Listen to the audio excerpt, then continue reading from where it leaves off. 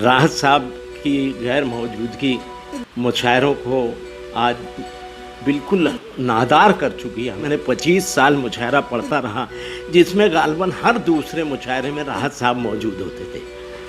راحت صاحب مشاعروں کی ضرورت تھے۔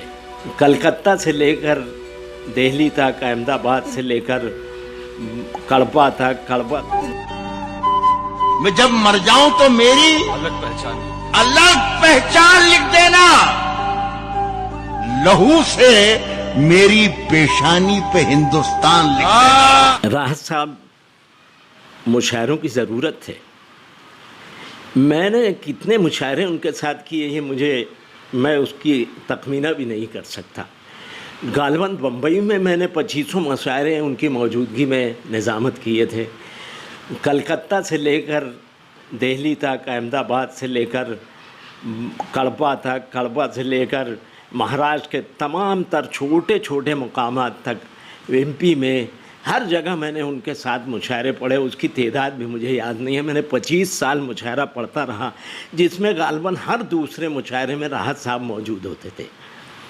راحت صاحب کی غیر موجودگی مشاعروں کو آج بالکل نادار کر چکی ہے ہمارے مشاعروں کو۔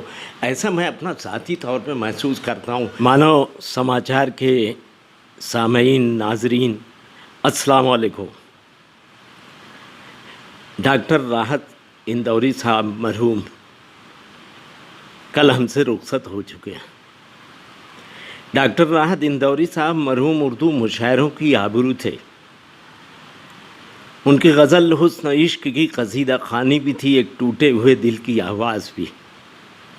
پھول ہونٹوں کو نہ آنکھوں کو کنول کہتے ہیں، ہم تو زخموں کی نمائش کو غزل کہتے ہیں۔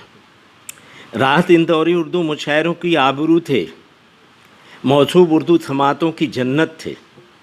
راحت اندوری اردو سامعین کے دلوں کی دھڑکن تھے۔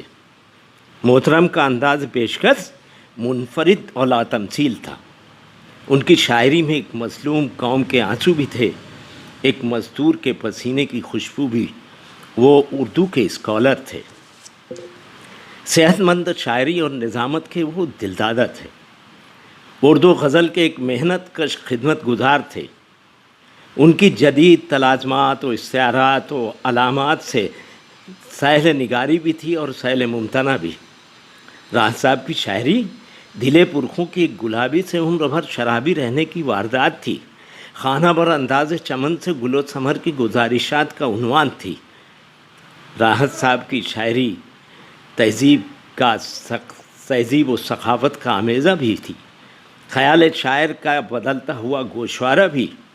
اس حساس فنکار شاعر کو دیکھتے ہی محسوس ہوتا تھا کہ آنکھوں کے آنسوؤں سے تبسم ٹپک پڑے، ہونٹوں کی خاموشی سے تکلم ٹپک پڑے، اور شاعر وہ جادوگر ہے کہ لکھ کر کوئی غزل کاغذ نچوڑ دے تو ترنم ٹپک پڑے۔ مکرمین ناظرین، ان کی شاعری ایک روحانی مشاہدہ اور تجربہ تھی۔ بقول میر لے سانس بھی آہستہ کہ نازک ہے بہت کام، آفاق کی اس کارگہ شیشہ گری کا۔ ان کے جذب خیالات سے کائنات سمٹ کر ایک نقطہ بن جاتی تھی۔ بقول شکیب جلالی، ہاتھوں میں آ سکا نہ ہتھیلی کا ایک ستون، پتلی میں میری آنکھ کے صحرا سمٹ گیا۔ اردو غزل ان کی محبوب نظر تھی، معشوق قلب و جگر تھی۔ یہی چاندنی کا دولت میرا رقص زندگی ہے، میں غزل کا چاند لے کر تیرے سامنے کھڑا ہوں۔